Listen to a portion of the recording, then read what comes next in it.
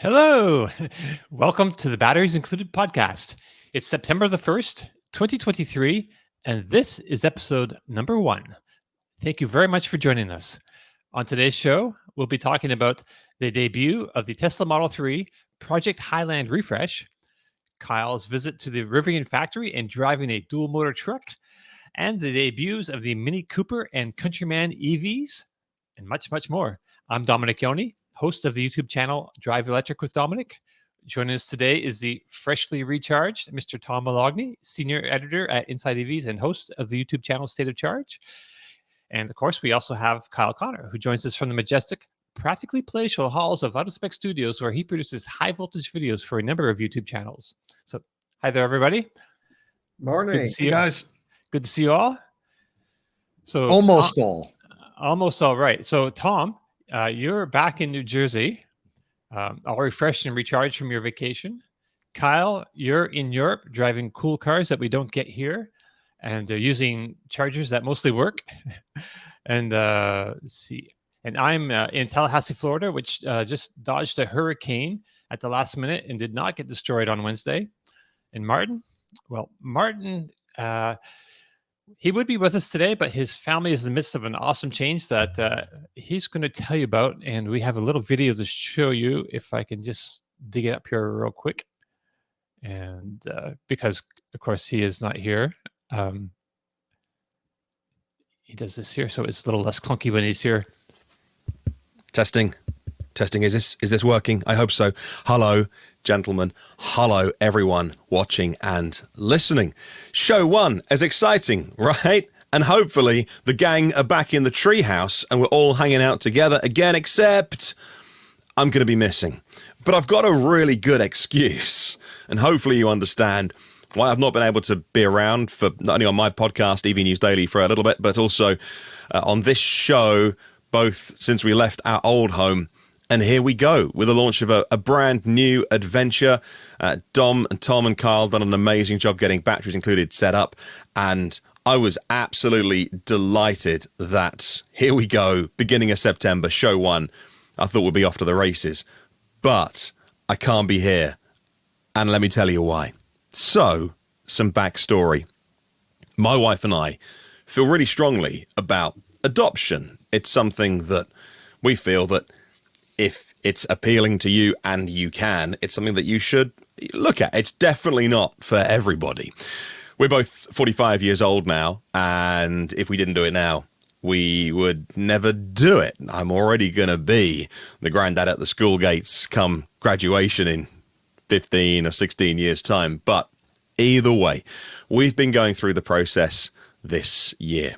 Earlier this year, we got matched with a baby. And I won't give you any more details than that, because as you can imagine, babies like this don't tend to end up in the system, if you want to call it that, or being removed from their parents because they were in a warm, loving, non-violent home. Now, some kids end up in adoption because the kids are, the parents are, kids are 16, 17 years old or whatever, and they decide that, hey, we just can't do this. It's all very amicable. You find parents and you know each other and all those kind of things. That's not the case with us. And we're going to have our hands full with this child because of what they've been through. But we didn't think it would happen now. We thought that perhaps there'd be a little more time for me to jump on the podcast and hang out with you guys for a bit until it would all happen. But the timeline has changed a little bit to what we expected. And so I can't be here because we are welcoming a 4th member of our family. And there's a lot to think about. There is the new child who we're bringing into our life. There's my 5-year-old son who has coped so well with being told, hey, by the way, 3 are going to become 4, but not in a way that you might be used to, or your friends and family and cousins, and, a baby ends up in mummy's tummy, and kids have got, 6, 7, 8, 9 months to get used to the idea. So he has coped just incredibly well. My wife is the most amazing human being for what she's done this year to prepare our family. I've just kind of milled around a little bit and put some new curtains up and painted a spare room. That's all I've done, really. But it's happening now, and it's happening this week, and you'll understand why I simply cannot be anywhere else apart from with my family on hand, being dad, and hopefully settling a little baby into a new life. It's going to be, even though babies are resilient and they get moved, and we know we're learning a lot about this process, it must still be enormously confusing to be looked after by a different set of faces.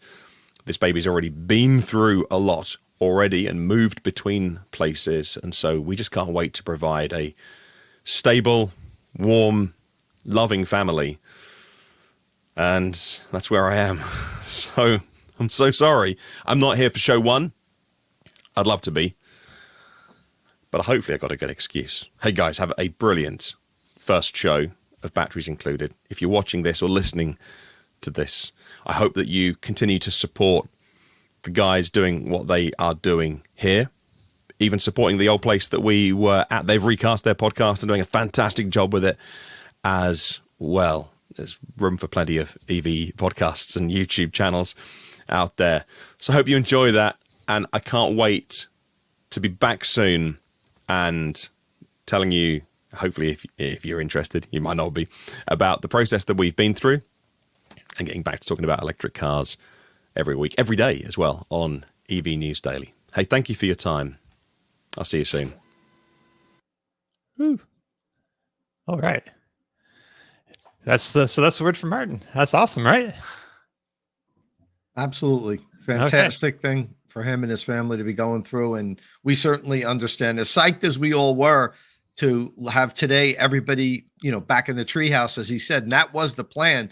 This all happened really recently. And just, a week or so ago, he said, guys, this next Friday, and he even offered, he said, I could probably swing it, but it's going to be terribly difficult on the family. And we were just like, no, you take care of what you have to take care of. And I'm sure the followers are going to understand. Yeah, it's cool. And hopefully I can't wait. He'll be back next week.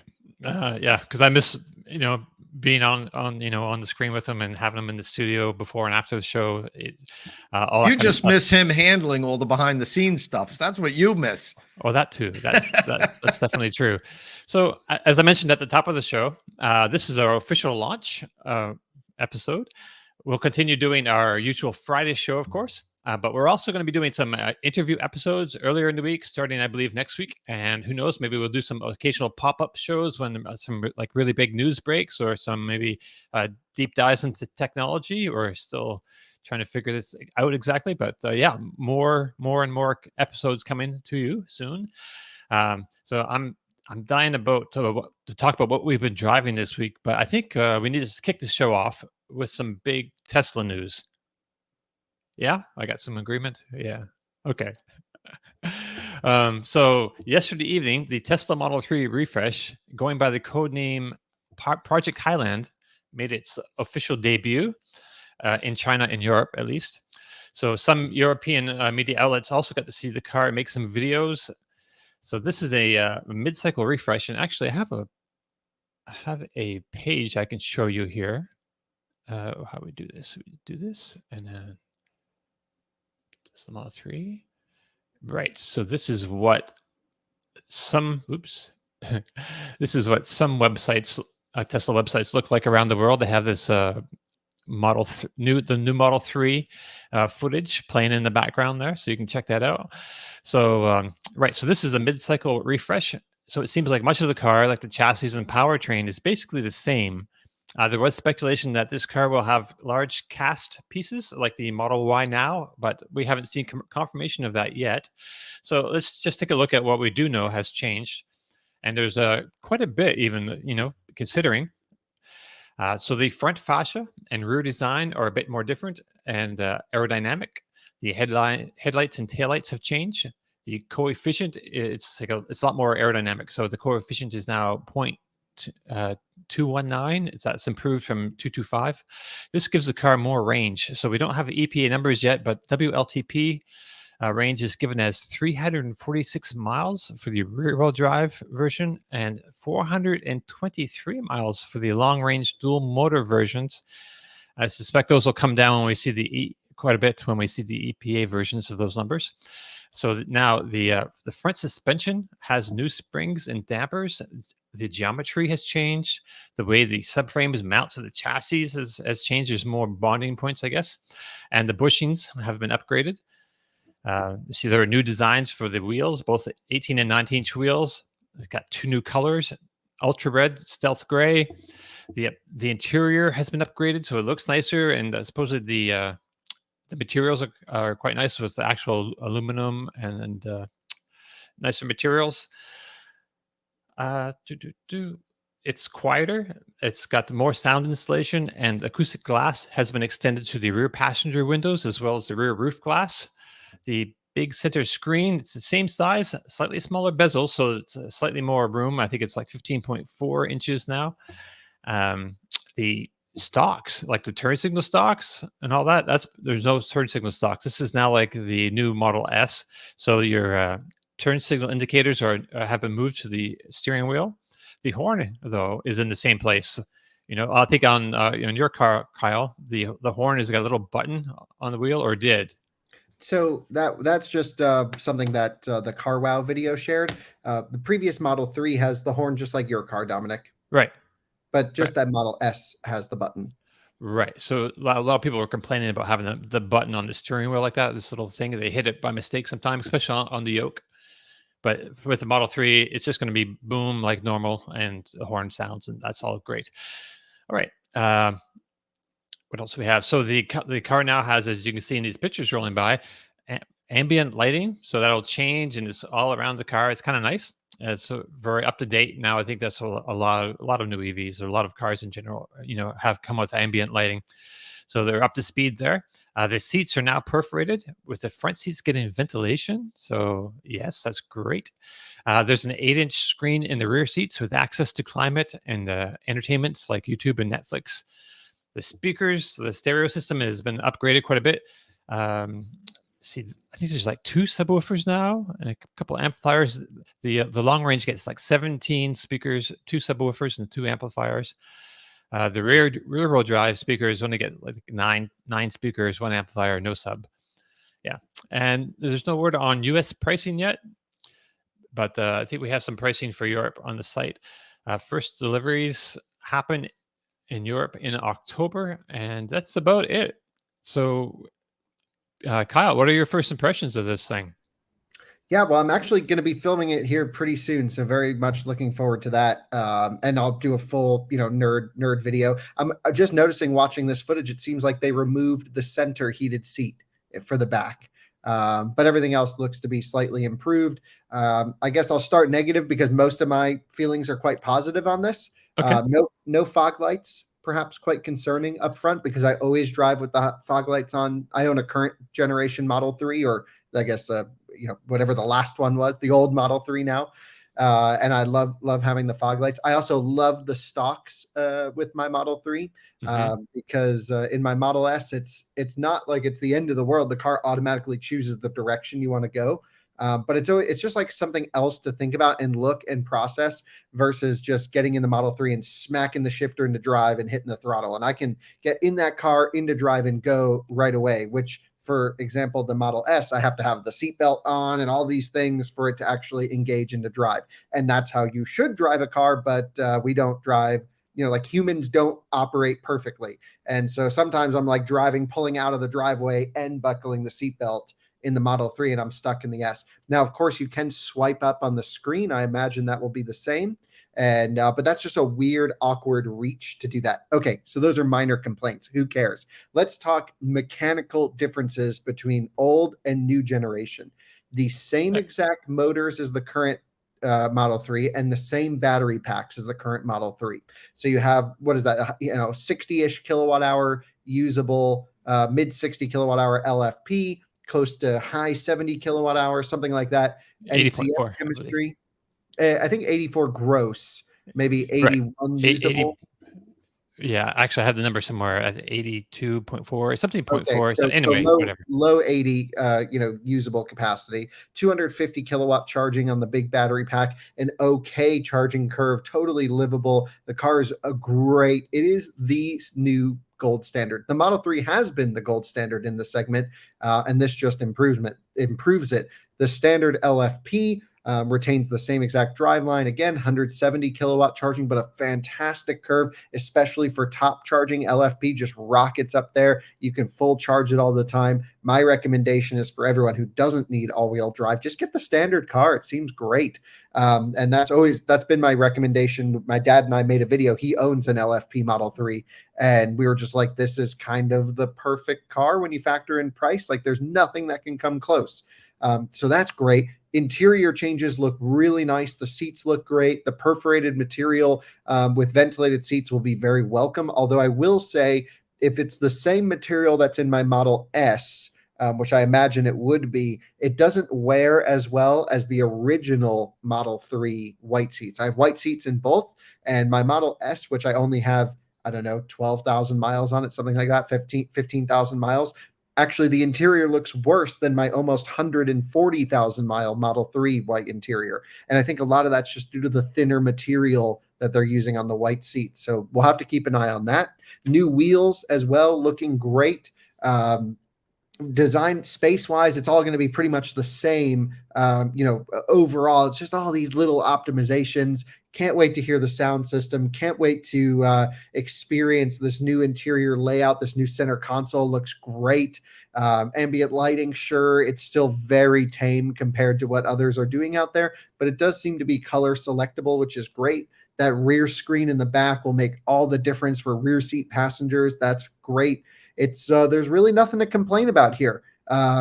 It just is like if you're going to get a Model 3, just wait for this is my recommendation, because they've really discounted the U.S. inventory cars right now, and it sounds like the U.S. will not get this car until next year. I think it's going to launch in Europe first. Okay. Is my understanding. So Yes, lunch is in October, I believe. right, and they had some YouTubers and media go film it in Oslo recently, but it'll also be here in Munich, and so there might be 1 million people around it, but I'm going to get a video in with it. To be totally transparent, I did reach out to Tesla, and sometimes they communicate, sometimes they don't. Here in Germany, they actually do have like a press department, though. So I reached out to the dude there, and I was like, "Hey, we want to film it." Haven't heard back, but at least I'm doing whatever I can to get it on our channel. Right. Right on. So Tom, what are your thoughts like right off? So You have yeah, you used to own one, right? yeah, I own two Model Oh, 3s. right. Outstanding vehicle. This makes it even better.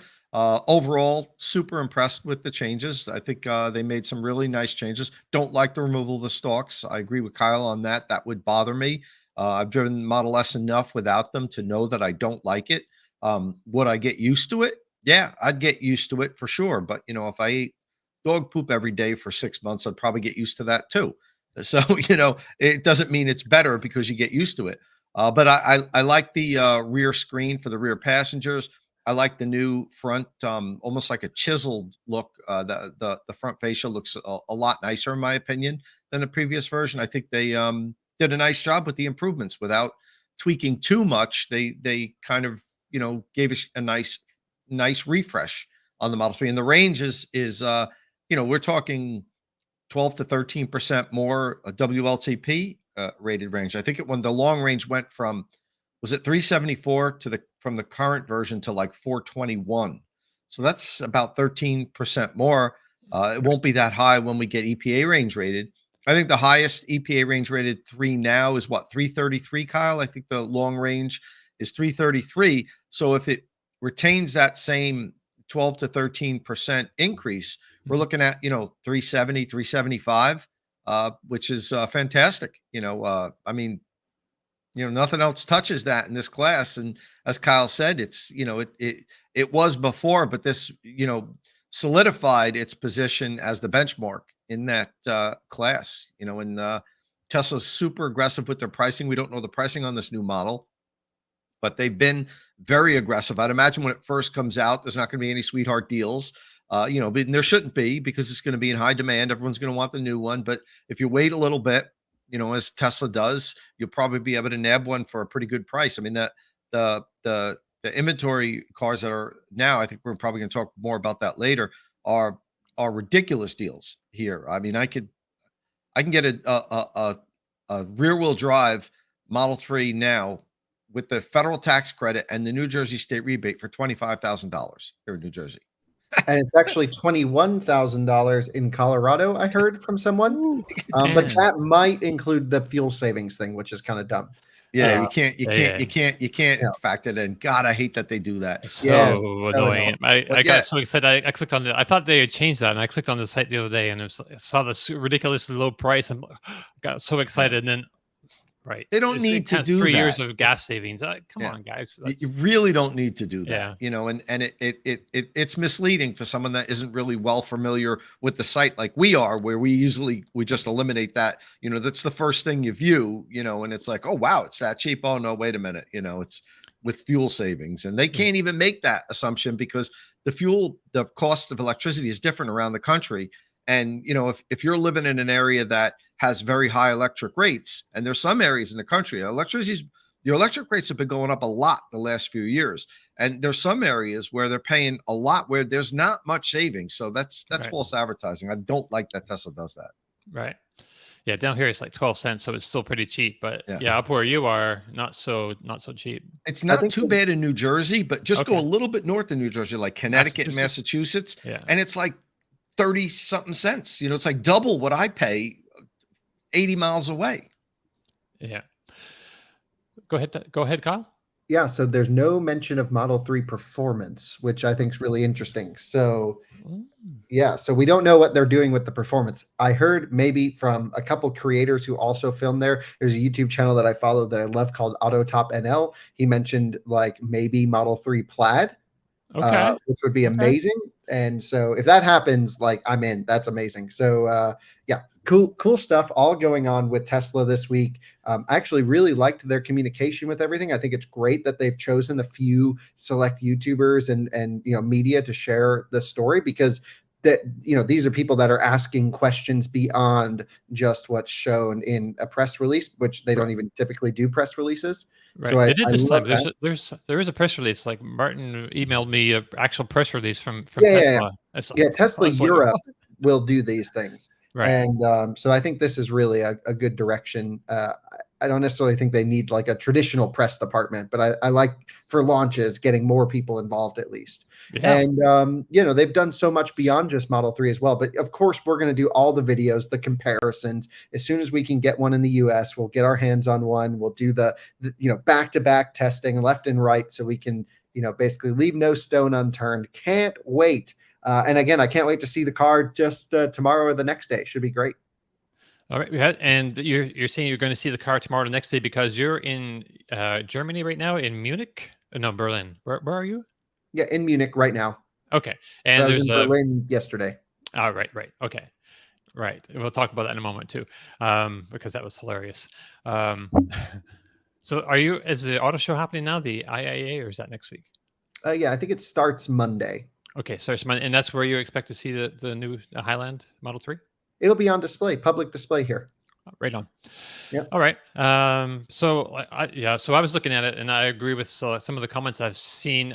It's not like a huge difference, I think, on the front, and I'm not sure that I like it more though. Exactly. I like some things about it, but I don't like like you said, you don't have the fog lights. I drive with my fog lights on all the time as well, just to be more visible.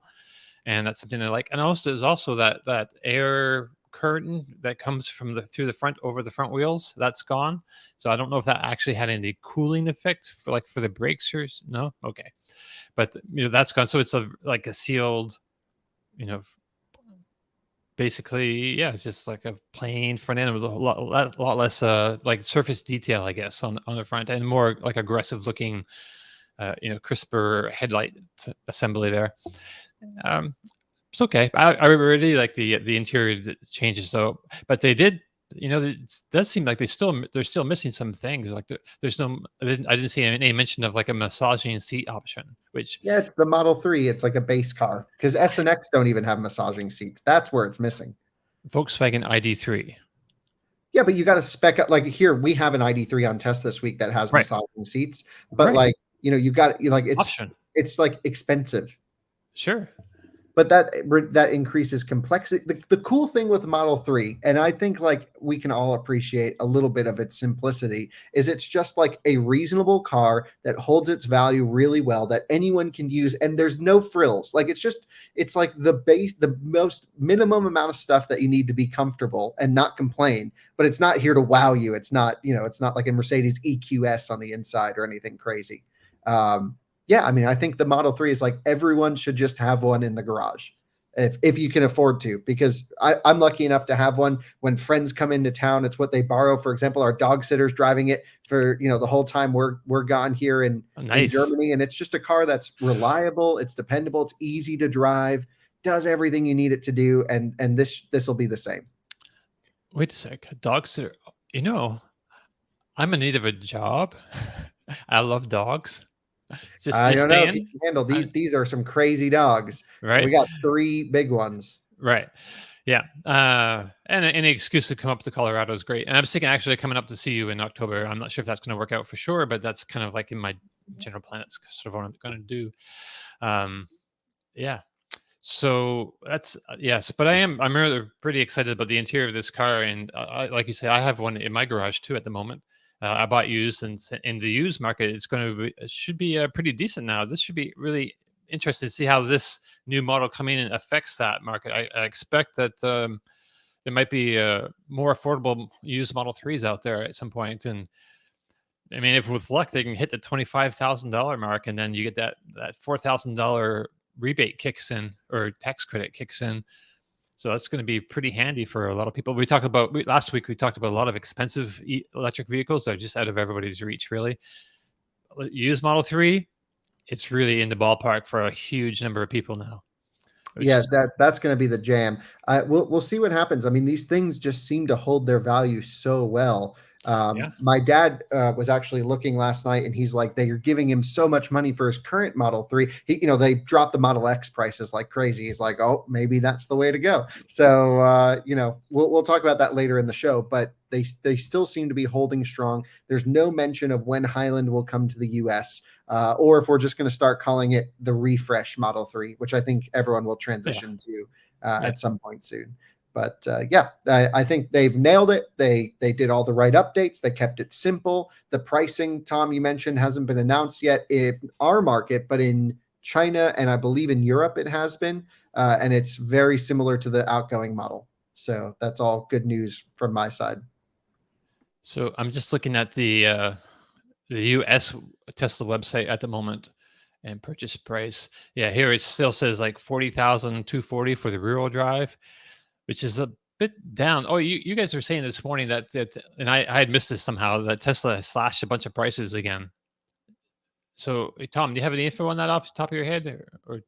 So, only the high level info. I didn't read the whole articles, but there seems to be they slash prices across the board on everything. And in the Model 3s, I was looking recently, or just this morning, about the inventory Model 3s in the area are fantastic deals. I didn't see if it was any better on the custom orders. I'm not sure. Kyle might have a little bit more information on Kyle, it's just the inventory Model 3s that have the great prices, right? Or no, you can order it too. It's all across the board, and they're huge cuts. Here, I'll walk you through them if you'd like. Dom, do you think I should just take everyone through them real quick? Yeah, please. Okay, so if you were to buy a normal long-range Model S yesterday, you would have paid $88,500 for that car. Today, that car is $75,000 or $76,000 roughly. So a huge cut on the base Model S. Even crazier is the Model S Plaid was $108,490, so $108,500. That's what it was. Now it's $90,000. Jeez. So huge cut there. Oh, man. Even crazier than that is a Model X Plaid is $90,000. So you can get S or X Plaid both for $90,000, which is that's the most insane performance, power, all of these things that you can get really acceleration for the money. I think that might just take the cake, especially when you compare similar results to other, high-end electric vehicles, Taycan, Lucid, Sapphire. That certainly those vehicles do other things better than this. But like, oh my goodness, this is crazy good value. And the Model X was dropped significantly, almost $20,000, the standard version, from about 100 grand down to 80. Right, 79,990. Yeah, those are some crazy prices, man. How are people going to compete?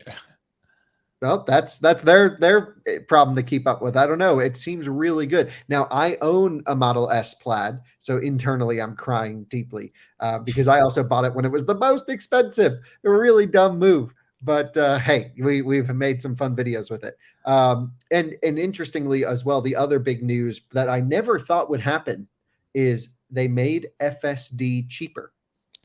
Right.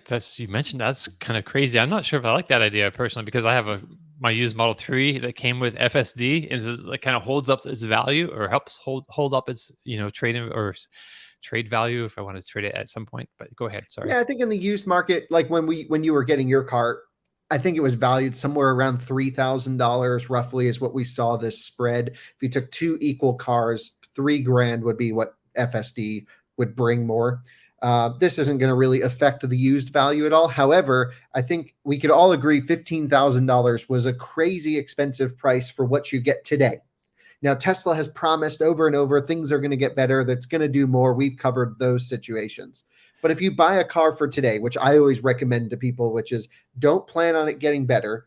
What functionality can it do today? You can always buy another car later. I still think $12,000 is too expensive for FSD beta. To me, it's like, and again, to every person, it's a different value. And we could all throw out what we think it would be worth to us. But either way, beyond the numbers, it's so interesting that they went cheaper. Never thought we'd see the day. Never thought that would happen. That's crazy. Well, Elon's always just said it's only going to get more expensive. Yeah, right. It's not going to get less expensive. And I agree with Kyle 100%. Even at 12,000, it's way, way overpriced. Honestly, but as he also said, it's worth to you what it's worth to you, and everybody might have a different point. My point on full self-driving would be about $3,500. That's it. I would not pay a penny more than that in its current state. If it was complete, if I could hop in the vehicle, close my eyes and say, take me to my parents' house and nap, then the 10 to 12,000 price range, I think is probably worth it. But guys, we're not going to get there for a long time.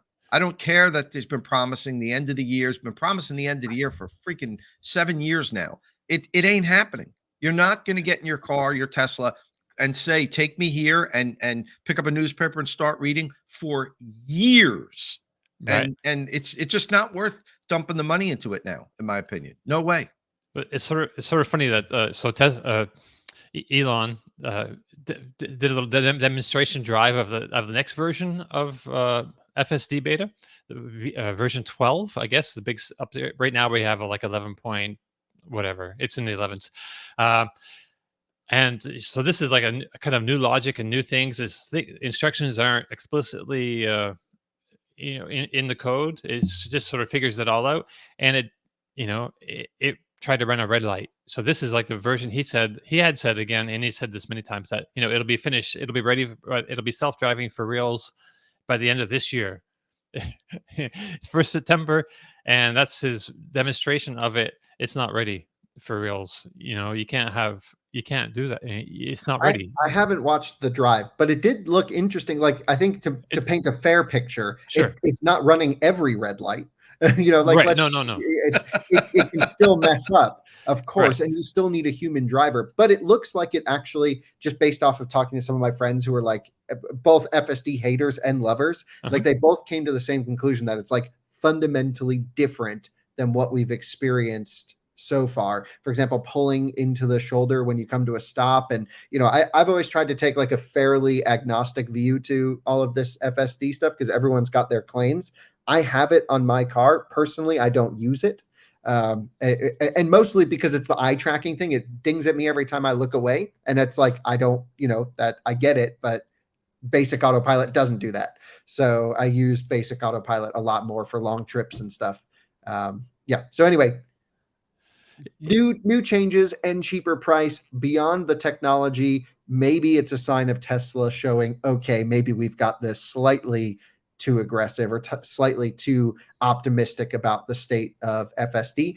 And I also think too many people were renting it or buying it monthly, because that is, you'd have to have the car for years for you to make up to 15 grand. And because it's not transferable, like, most people switch their car every 2 or 3 years, it's way cheaper just to do it monthly.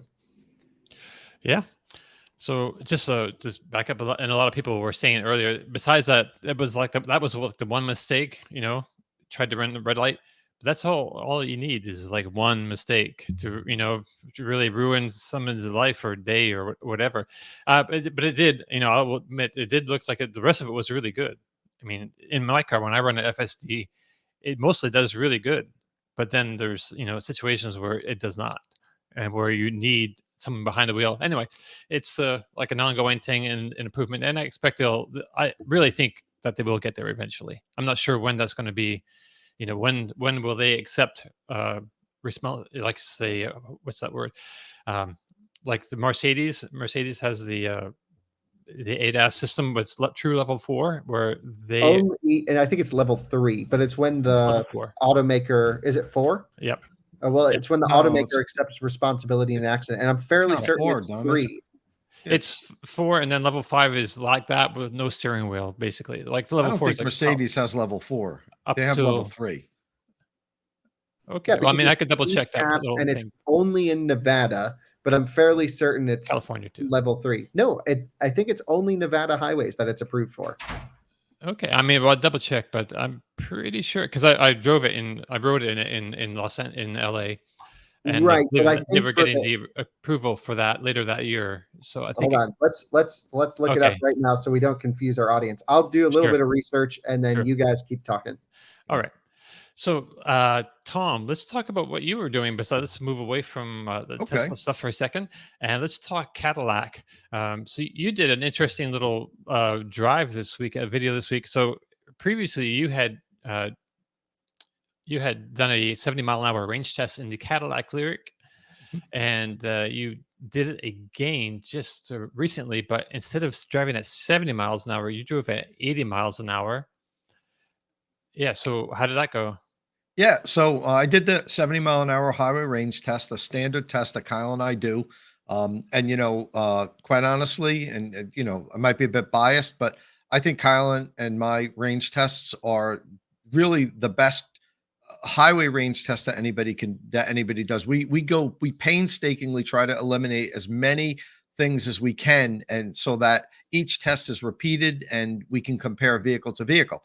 I did it with the Cadillac Lyriq, and it did fantastic. 70 miles an hour, went 330 miles. Their EPA combined range rating, this was a rear-wheel drive Lyriq with the 20-inch wheels. The combined EPA range rating is 312. So it outperformed its EPA range rating, which isn't completely unusual. We see that, every now and then on vehicles, but it's very good. It did a great job. So I had a lot of my followers comment and say, 70 miles an hour is too slow. I live out wherever, and, we drive 75, 80 miles an hour all the time.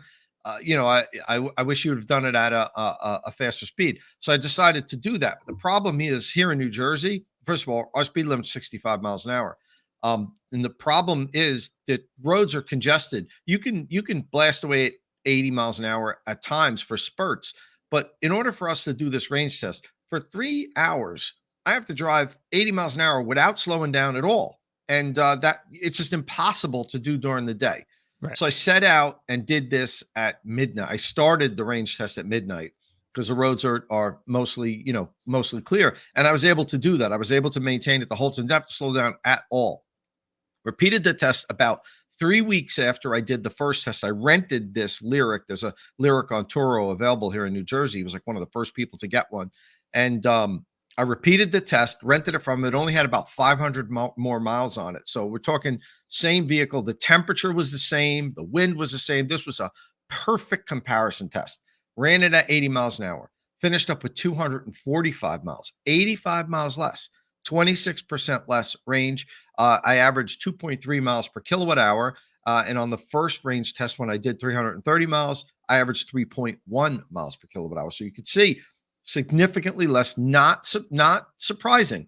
Those of us that have been driving EVs for a long time understand that, your range degrades exponentially once you get over about 60, 65 miles an hour. Every mile an hour you add, you're losing range.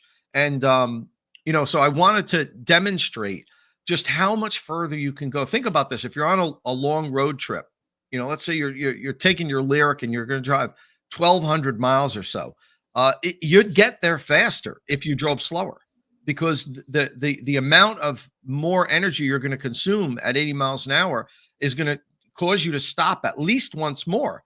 And the Lyriq's not a charging beast, and you've got to pull off the highway and find the charger, hope that one's working, hope it's available, and plug in. So, if you own a Lyriq or any electric vehicle and you're on a road trip, really have to, and you're really concerned about getting there as fast as you can, you really have to balance, your speed and time. Kyle's a genius at this with his Cannonball runs.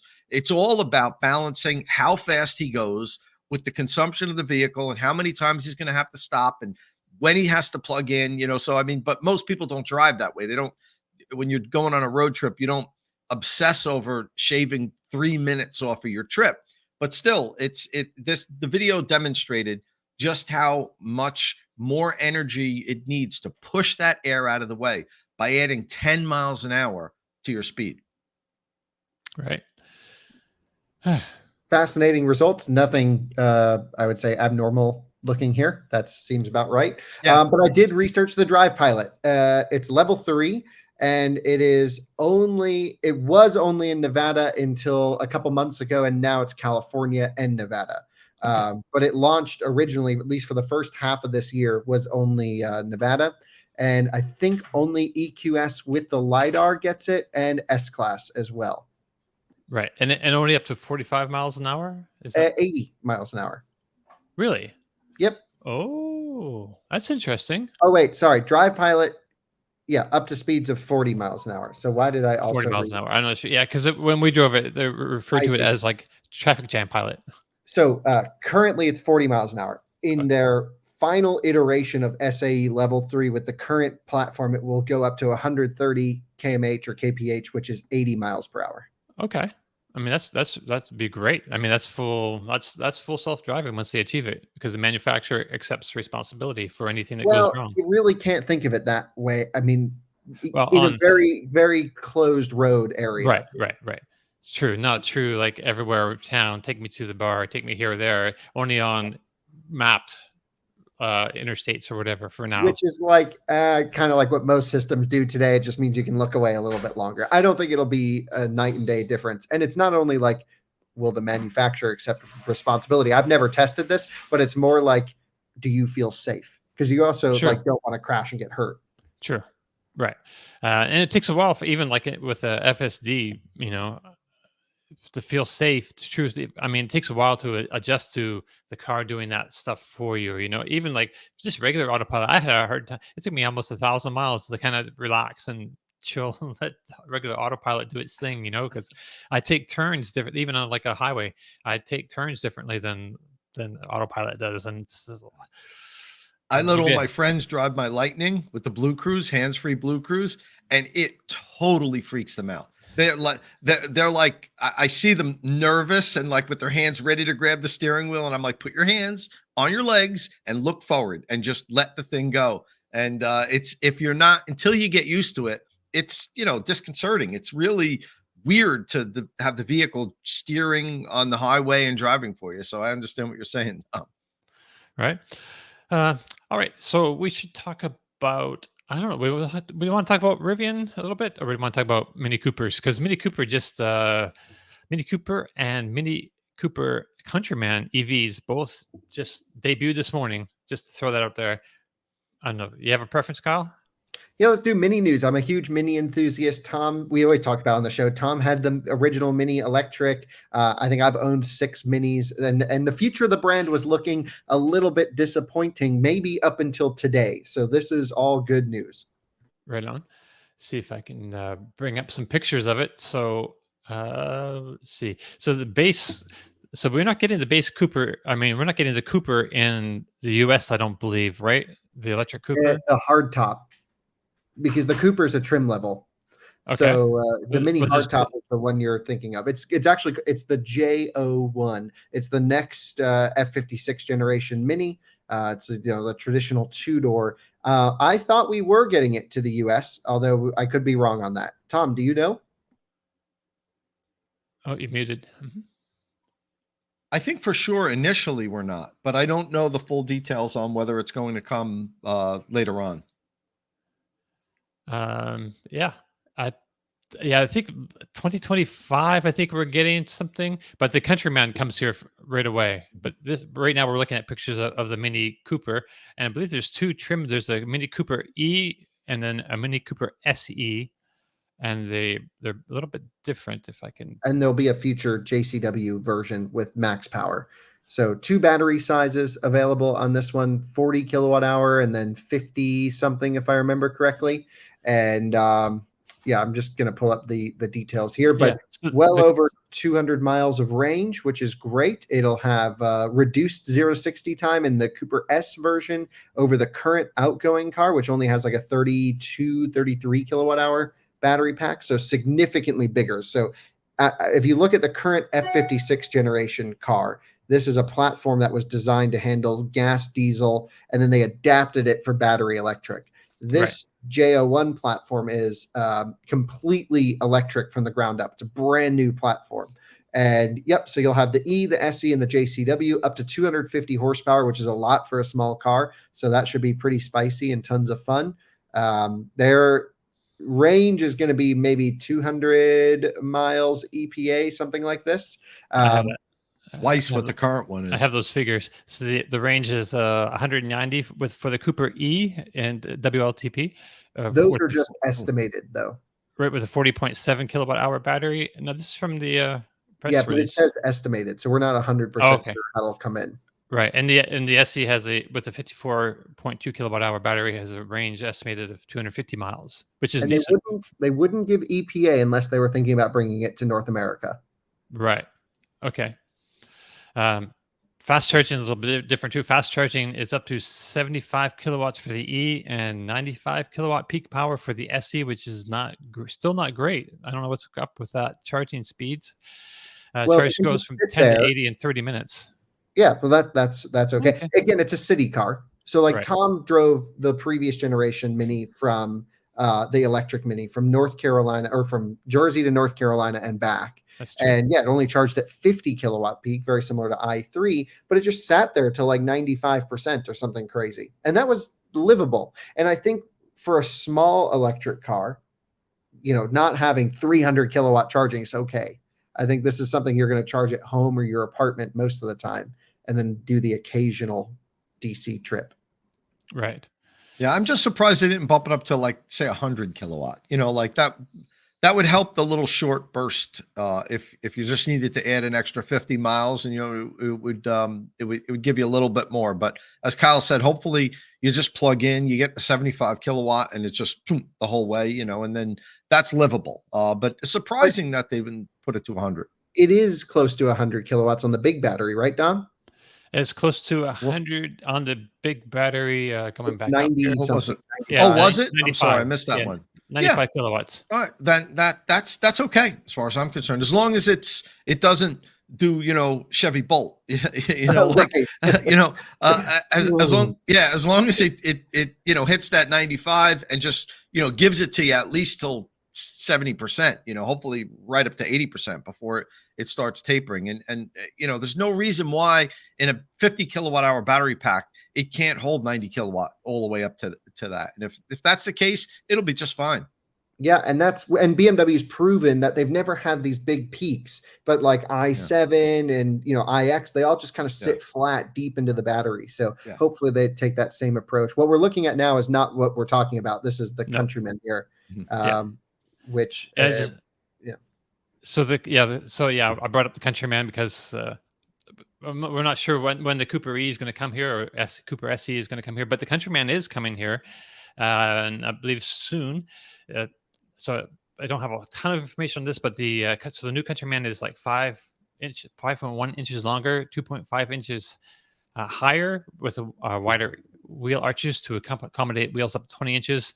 Countryman E for electric, and so globally, the Countryman lineup will be offered with 2 gas engines, a diesel, and 2 EVs with a 64.7 kilowatt hour battery. The base Countryman E has an output of 150 kilowatts or 204 horsepower, 183 pound-feet of torque, and 287 miles of WLTP range. That sounds right. Right. 287 miles of WLTP range, which sounds like 250 EPA. So yeah. But what do you think of this, Kyle? You're a Mini enthusiast. Is this too far out there for the Mini crowd?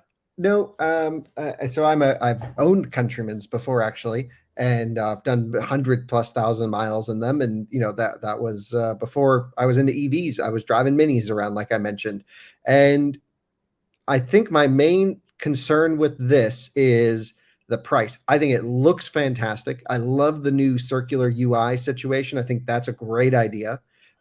This is a little bit disappointing because they built it on a platform that isn't battery electric from the ground up. So I hope the optimization is going to be okay. I do believe they will have a all-wheel drive version. Yep, the Mini Countryman SE all 4. So there will be one, and that's expected to be like 50,000 euros. And so that seems like quite expensive for a top trim. Like how could you go for this over a Model Y? Basically, is this is a tough sell. The interior. I mean, this is really nice. I mean, I like the Model Y. I like the Tesla interior thing, but this is pretty special too. Some people, I can see people really like glomming onto this. Really liking this interior. Sure, until they have to go charge it at a non-Tesla supercharger, or they have to go somewhere and it only charges at 150 kilowatts instead of 250. When you start thinking about the material usable differences between this and other cars, I just hope they've done their homework and this thing works really well. We'll have to test it because I think it looks great. It's the right size. It's not very mini. We've had that argument a long time ago when they launched this car. Everyone was upset. And guess what? Mini lovers drive them all the time. And, I think they nailed it on the styling here. All around it looks great.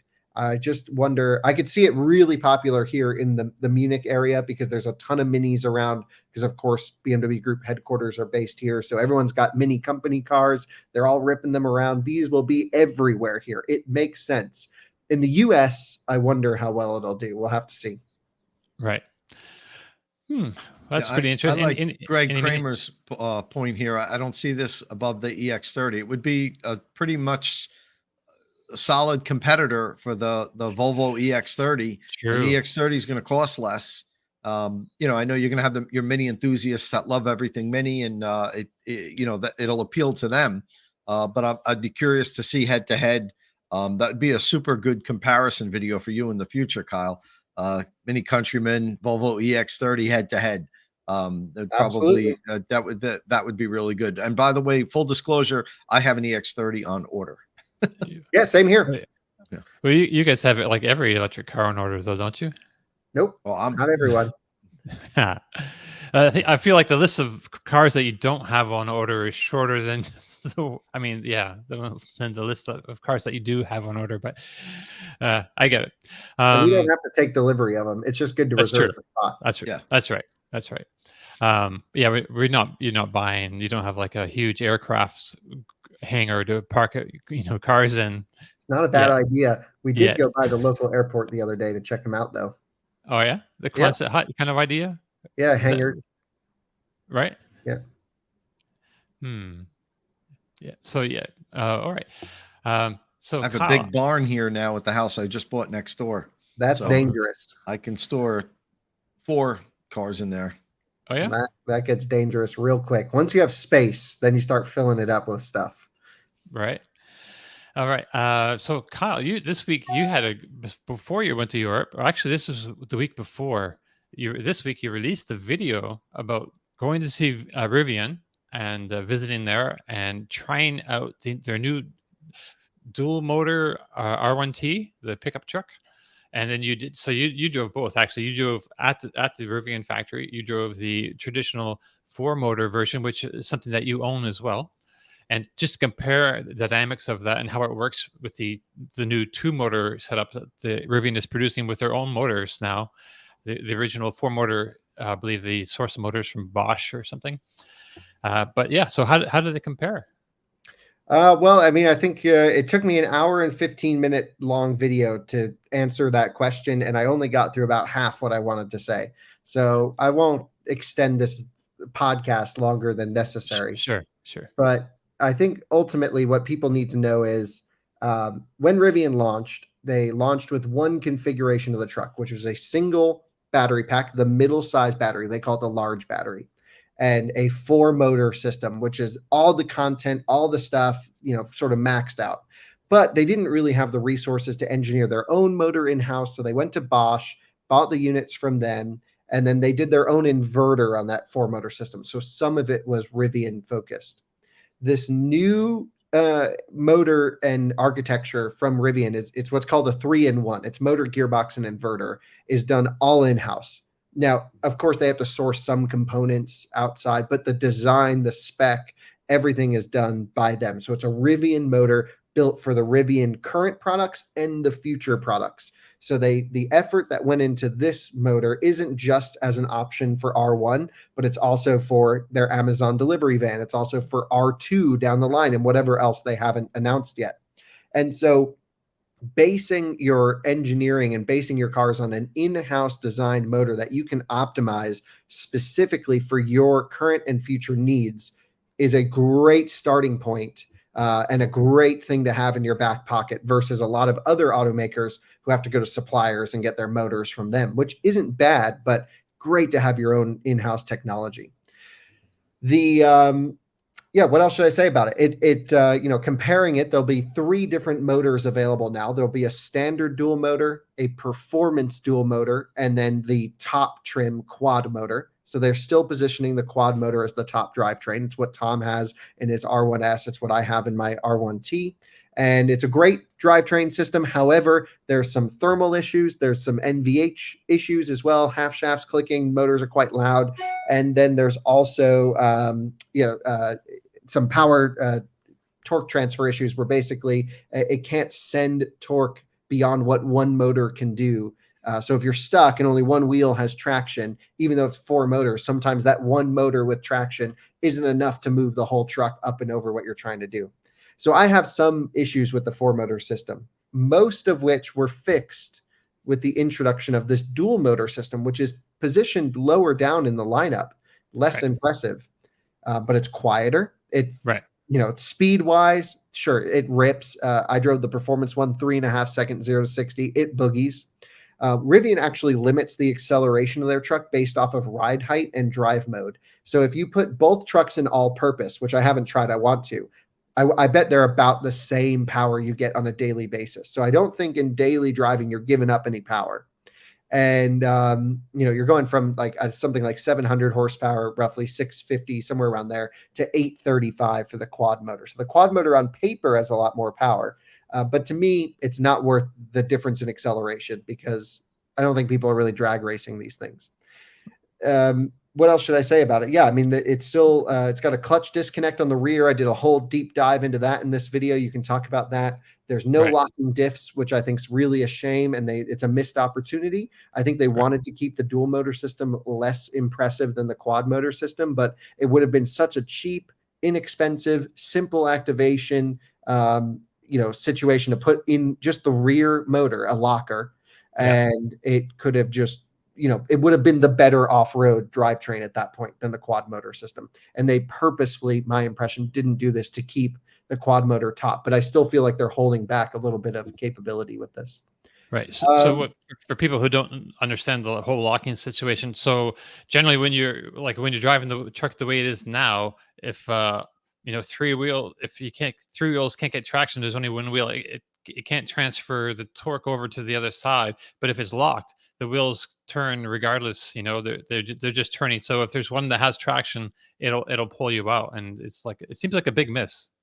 Well, they do it electronically with brakes, so Right. there is torque transfer through ABS, and so Okay. if a wheel is spinning, they'll honk down on the brake on that side, But you and got that it will. stuck. Yeah. You So got you got you I'm got it just stuck. saying.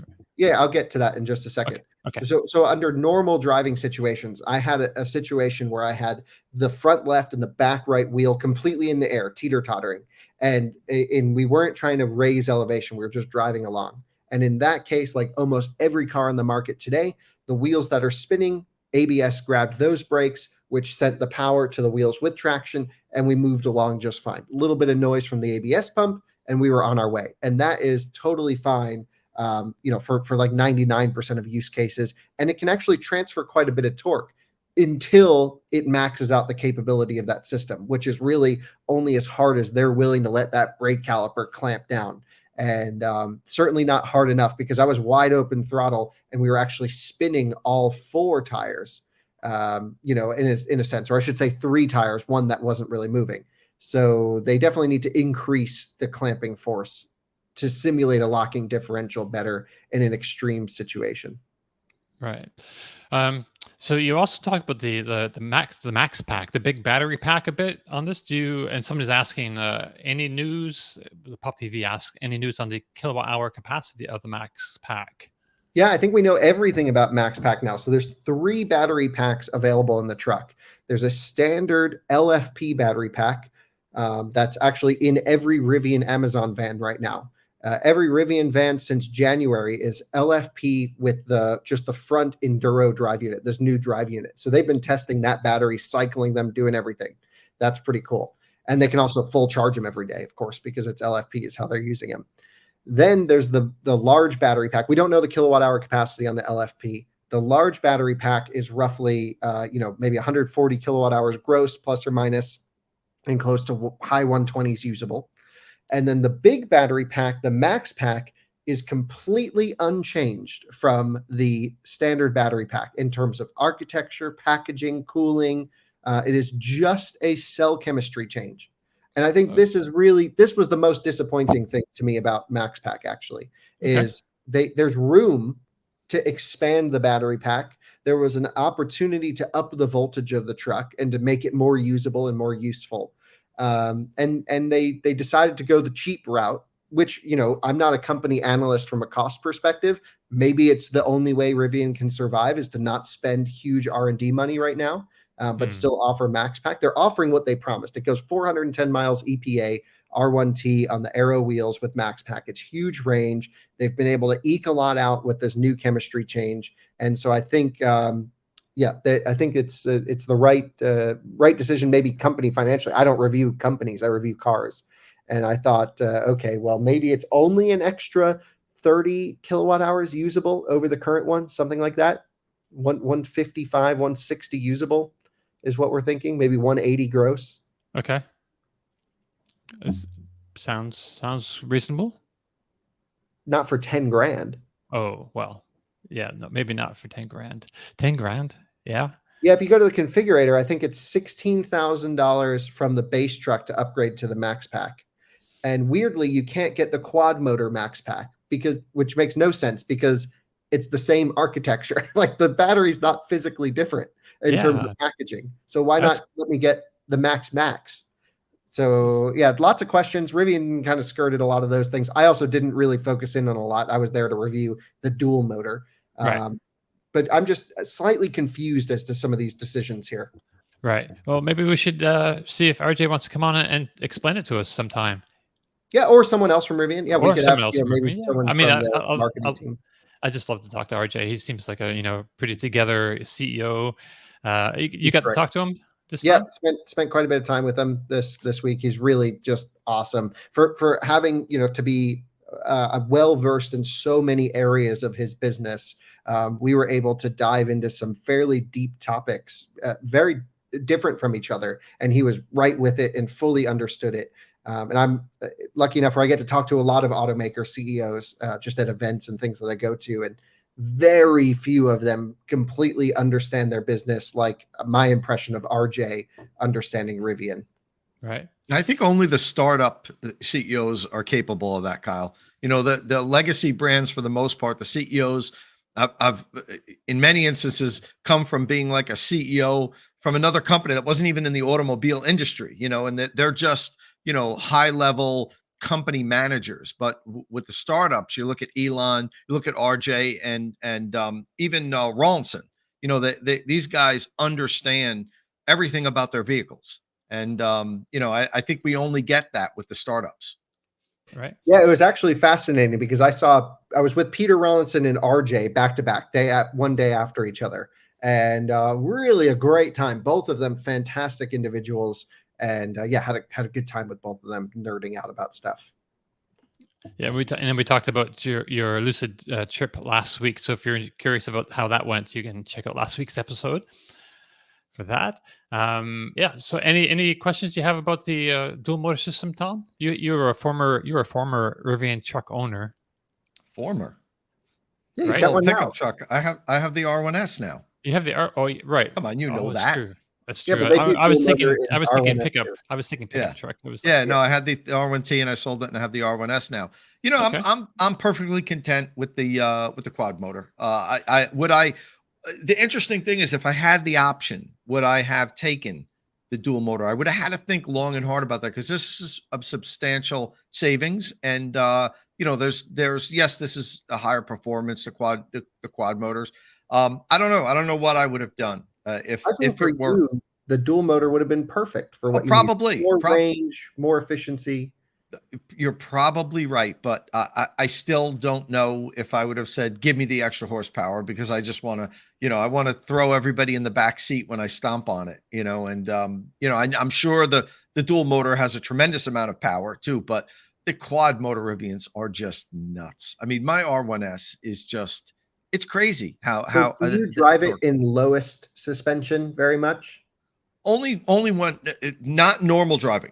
Normal driving, they're just a regular suspension, but there's frequently when I go out, particularly, like I said, when I want to, impress people, of course I drop it down and thrash it around a little bit. I'm trying to set up bringing it to a local track and do some quarter-mile runs, and surprise some people. Although it's probably not too much of a surprise anymore. Most people know what it is, but still seeing this SUV roll up next to you in your, modified 69 Mustang that you spent the last 10 years of your life, trying to squeeze out as much horsepower as you can. And this guy rolls up with a child seat in the back and an SUV and just toasts you. It's gotta be demoralizing.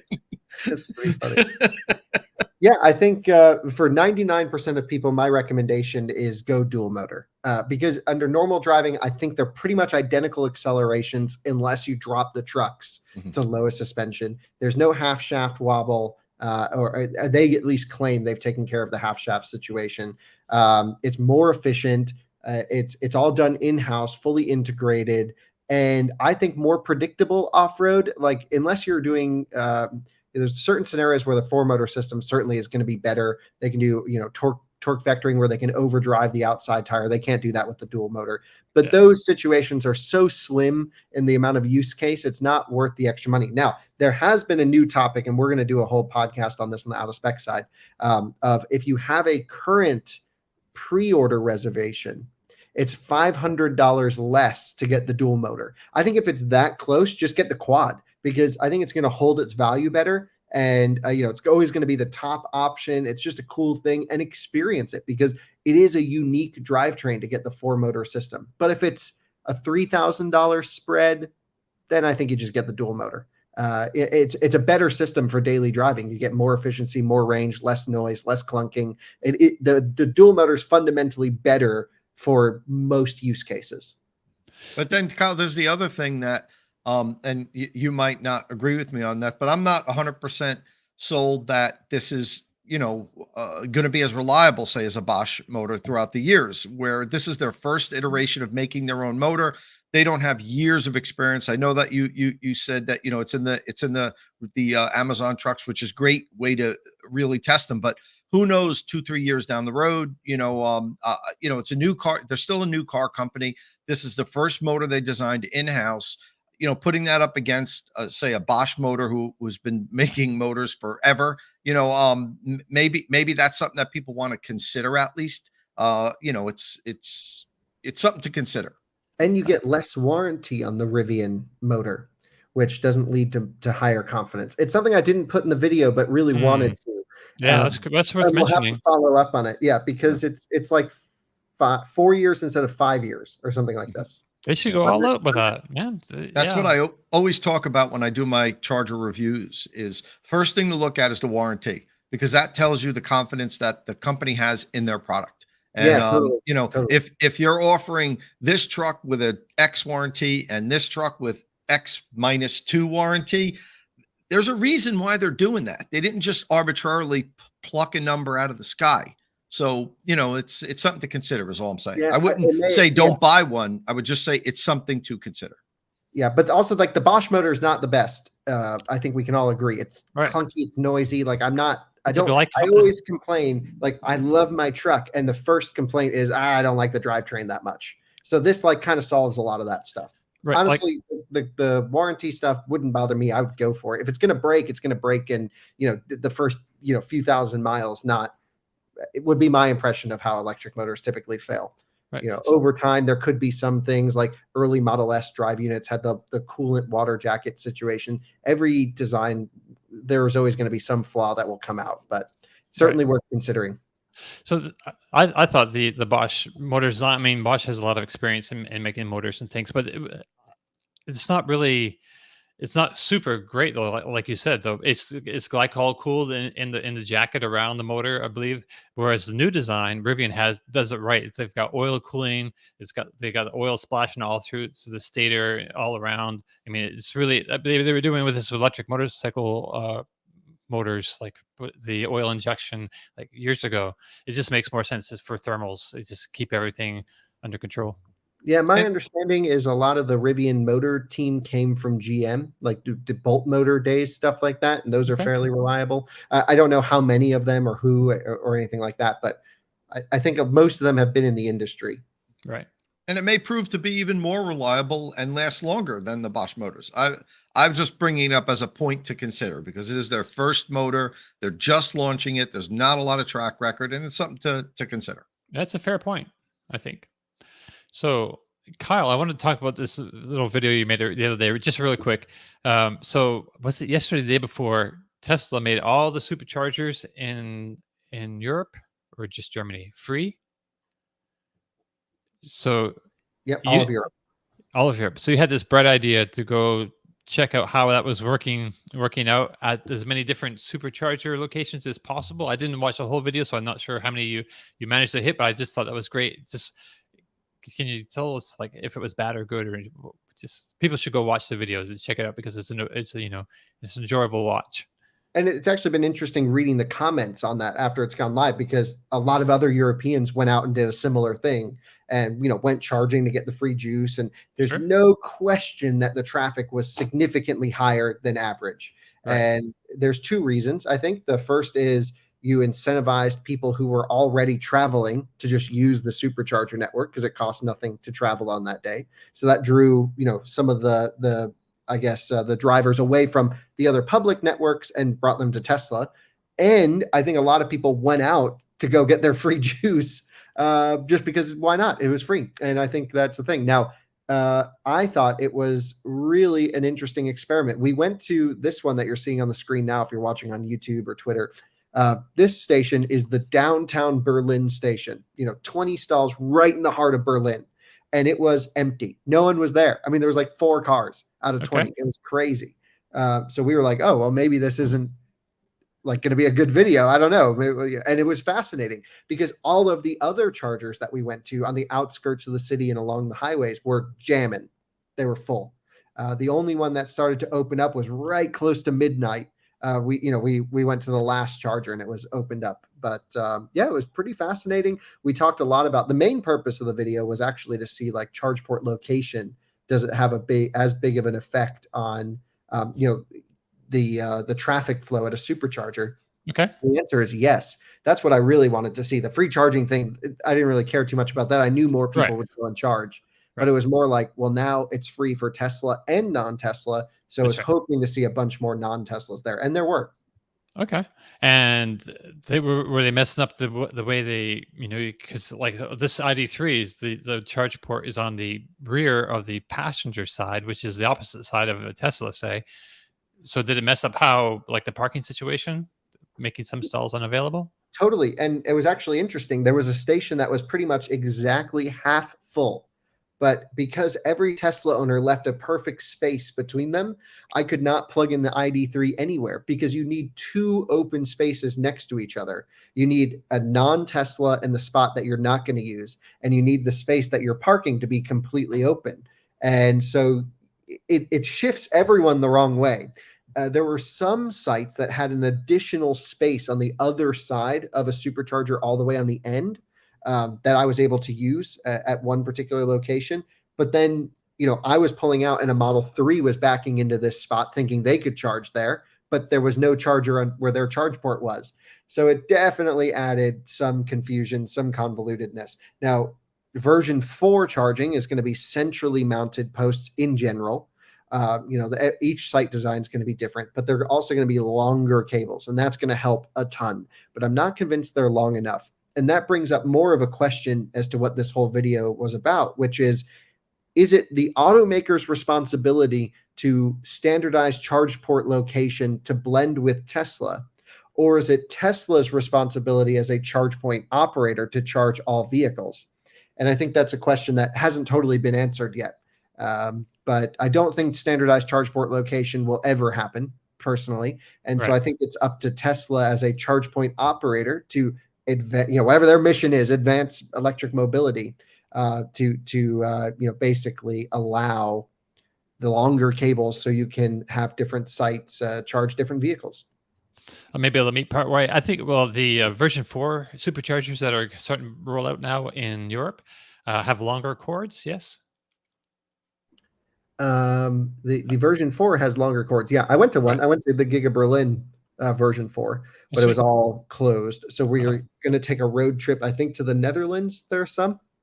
So we'll head over there sometime before we leave back to the US and film a video at there. But it's not going to be that interesting because they're still hooked up to version 3 chargers. So there's no difference in charging power. Right. When I spoke to Jeff Bino of Ford's public charging manager, I asked him that specific question. Are you going to start locating your charge ports in the back to accommodate? He didn't come out and have a clear, like, yes or no. But what he did say was, well, we've worked with Tesla to provide longer cables. So to me, that seemed to be an answer of, no, we're not going to start putting all of our charge ports in the rear of the vehicle. So I think that's pretty much, as Kyle said, you're not going to get all the OEMs to do a standardized charge port location. Just like you're not going to get the OEMs to have a standard battery size so that they can do battery swapping with removable packs. All these companies don't want to have any outside influence over how they engineer their vehicles, even to the point of a charge port location. So that's not going to happen. I don't believe it will, at least. Right. Murci Bautista mentions, who here remembers that the location to fill the gas tank was behind the license plate? I remember this. It was on a spring. Pull it down. We had my dad was a taxi driver, so we had like a fleet of Plymouth Furies, mid-70s Plymouth Furies, basically. And to get the gas tank was behind the license plate. It was kind of neat.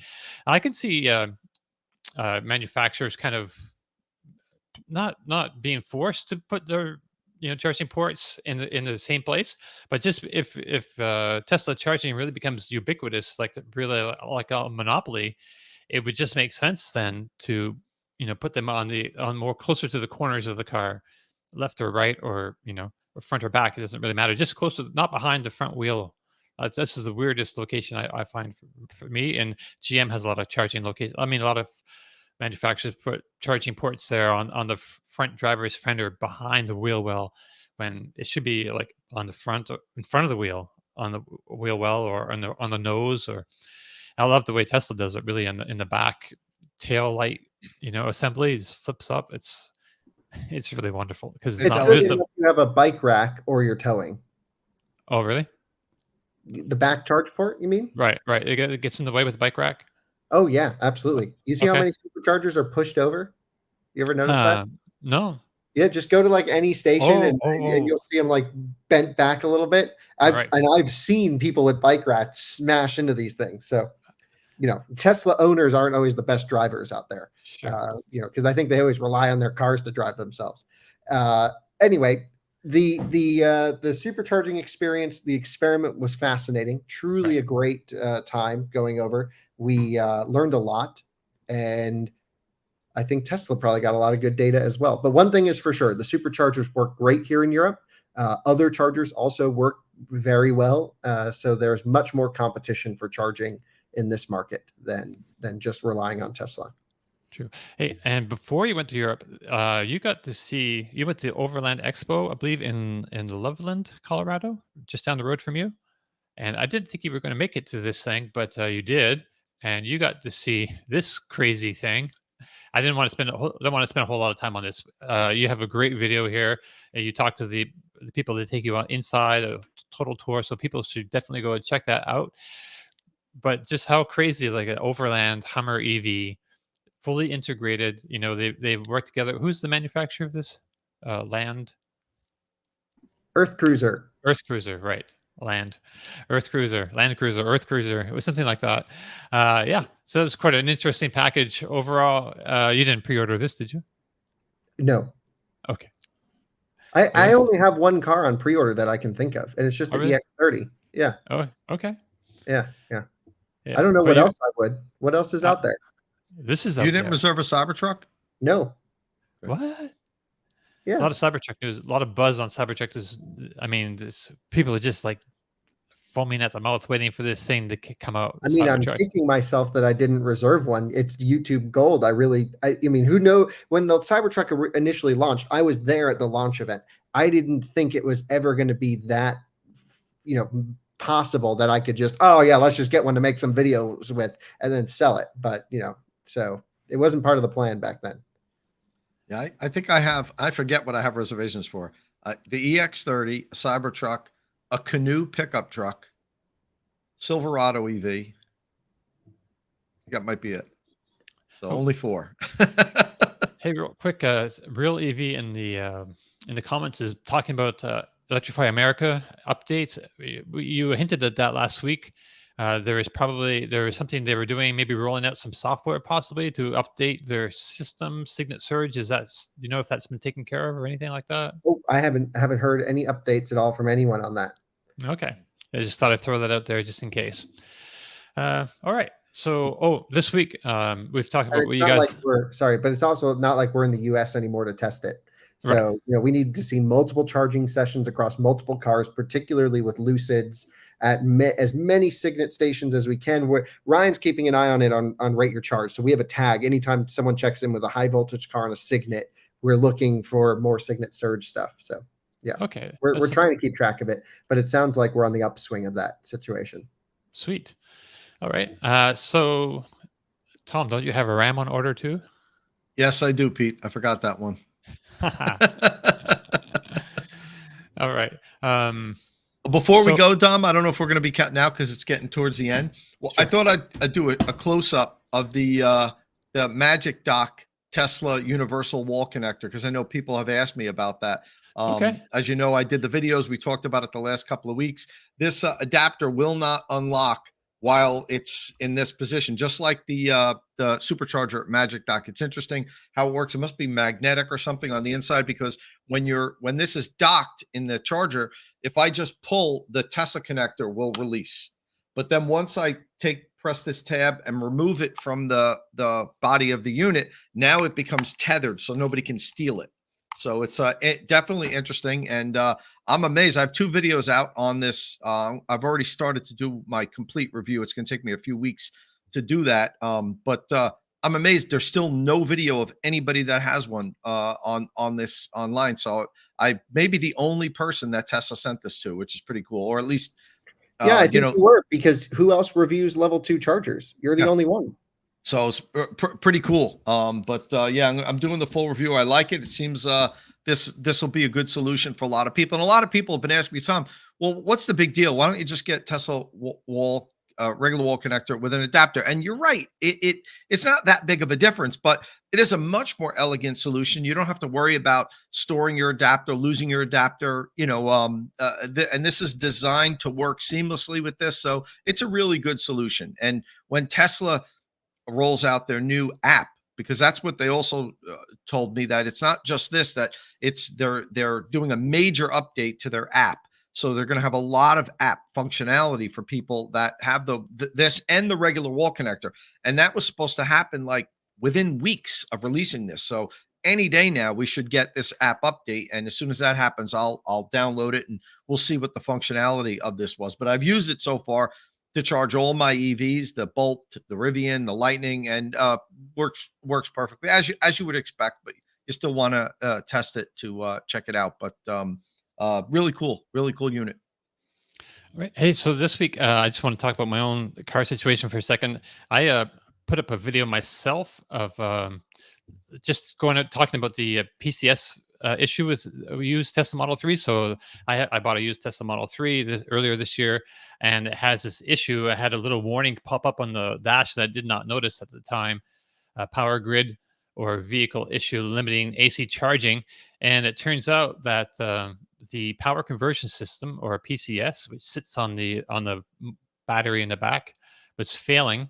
And I did not know. I didn't realize it until I got home. So I just made a video explaining how you take this message and how you figure out if it's like the source of your electricity that's that's giving you this warning message, or if it's the actual issue with the car, and just all the steps of how you go about confirming that is the issue, and then what your choices, what your options are to take care of it, which are pretty slim actually. There are some used you could buy like a scrap or salvage module and have a garage put it in there for you, but the price that I got so far was like pretty close to what Tesla charges for a brand new unit. So that would be my choice of where to go. But anyway, if you're interested in that, you can go to Drive Electric with Dominic and check that out. Well, when you first picked up your car, you made a video about it, right. And I noticed the messages on there, and I was like, That's "What? Right. What does that say?" And yeah, I guess you didn't realize till you got it back home to Tallahassee, and you. Right. So that's yeah. Oh, so it's here. There we go. That's the video.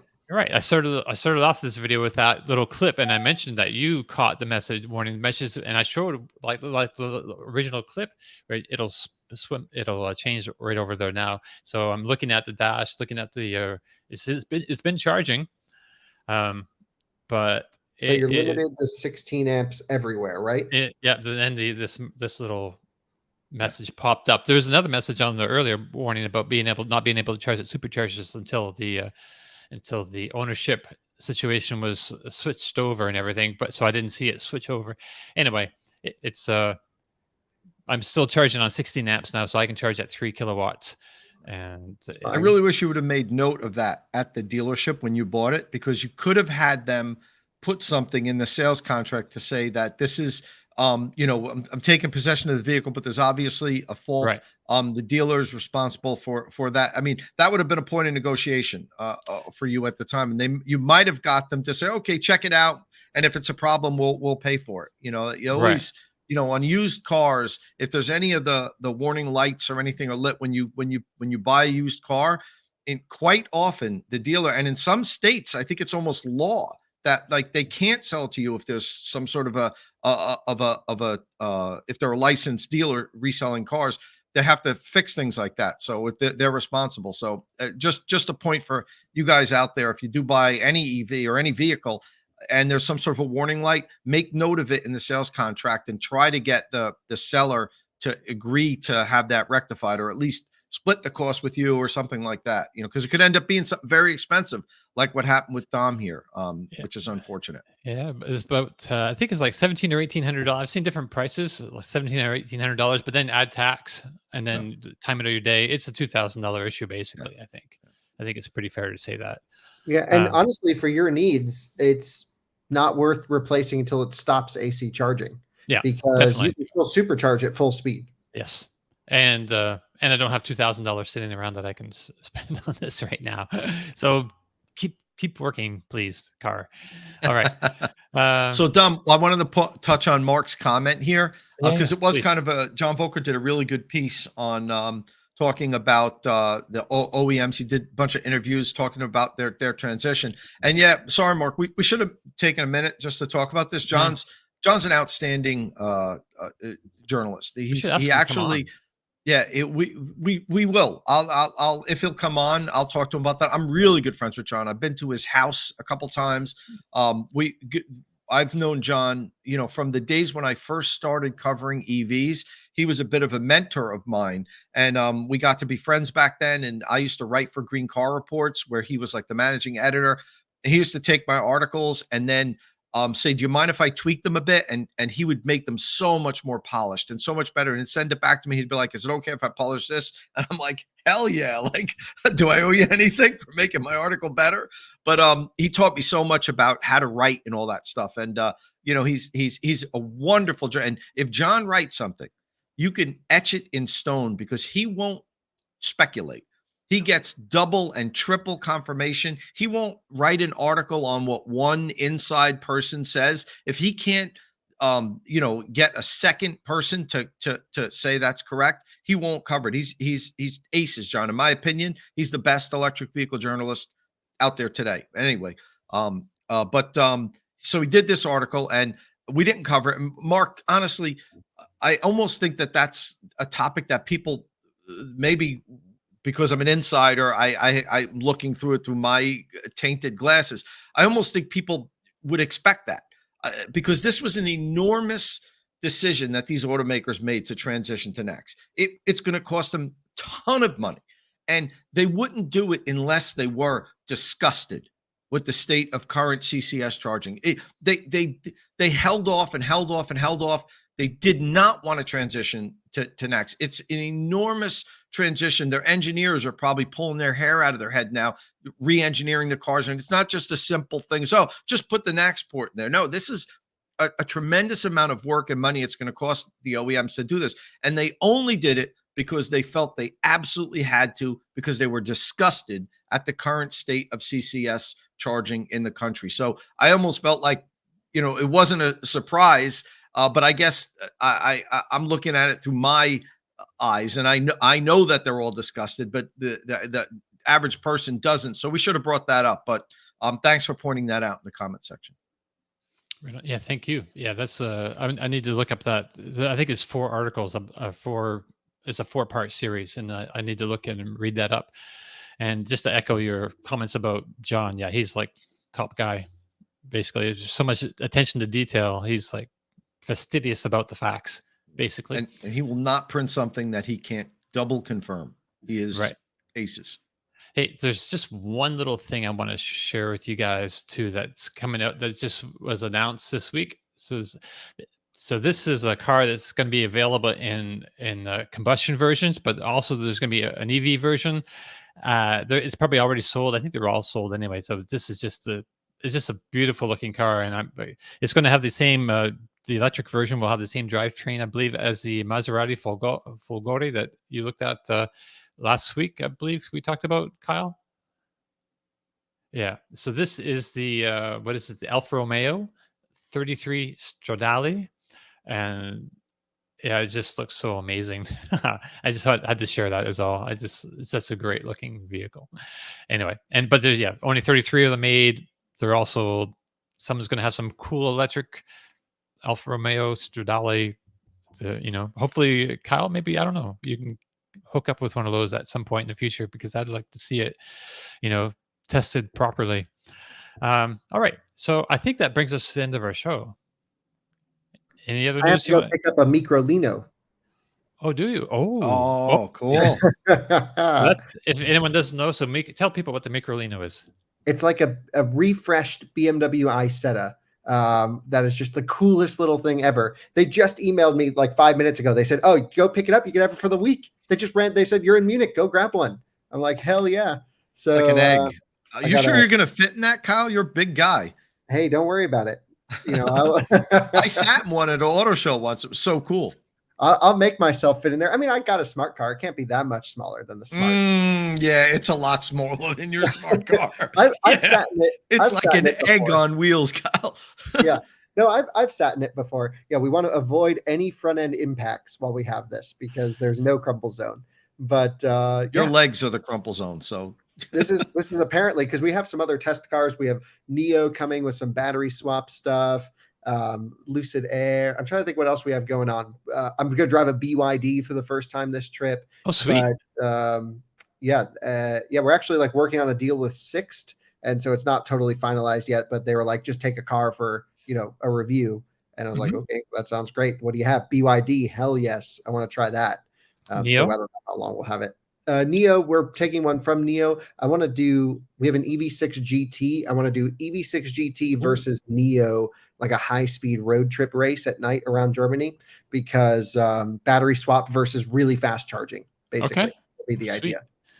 Yeah, Right on. and I need to try an MG4 at some point. I've been seeing those, especially in northern Germany, quite often. None here in southern Germany. I've seen so far. Right. Yeah, MG's got some interesting stuff going on. Actually, that's Cyberster. They have that little convertible, two-door convertible sports car, I think, coming out too. That's pretty cool looking. Yeah, my friend Chris Rifa is going to come down. We're going to film some videos together. He's a Norwegian YouTuber, great electric vehicle journalist as well. I'm trying to think what else we have going on. Just so many new cars. I have a list of like 12 or 13 cars that we're going to produce full videos on. I'm going to drive the Neo ET5 Touring, the wagon version, going on the launch of that next week. There's ID4 facelift, ID7. We're going to do BMW i5. I mean, it's just so many things. I mean, and I'm really bad at coordinating stuff, so I might miss some of those, but we'll do our best. Okay, so we'll hear all about it next week. Yeah, I guess MG is very popular, so I need to track one of those down. Yeah, Martin owns one, so. Oh, well, I'll just pop over and see him. That'd be great. That'd be awesome. Yeah, sure. Don, before we cut out, I want to thank the followers. We posted this on our social accounts, but the Batteries Included podcast was #1 downloaded, or the #1 automotive podcast on Apple Podcasts for a good period of time, which is tremendous. And that speaks to you guys, not us. You thank you so much for helping us out in this transition from Inside EVs to our own podcast that we own, that we can control. We could bring new things, which we have a lot of plans in the future. But you guys really came through for us, and people are downloading and subscribing, and that's really important for us. We'll be here to continue to provide our insight and thoughts in the industry as long as you guys keep subbing and subscribing and show support. And I want to thank you all for making this podcast the #1 automotive podcast on Apple Podcasts. Thank you. That's pretty crazy. It's hard to even imagine that. That's a thing, really. It's been a crazy ride this past few years. And we keep on. Episode 1, we're going to keep on driving in the future. And but for now, I think that brings us to the end of this show. So if you have any questions or comments, please leave us a comment below, or get in touch with us on Twitter, where we are Batteries Inc. Pod, or on Threads, where we are at Batteries Included Podcast. You can follow Martin on Twitter or Threads at EV News Daily. On Twitter, Tom is Tomolog, that's with 2 M's, and Tomologny on Threads. I'm Dominic Yoni on Threads, and in real life, on Twitter, it's Kyle Connor. That's actually that was a good line. That was good. Thank you.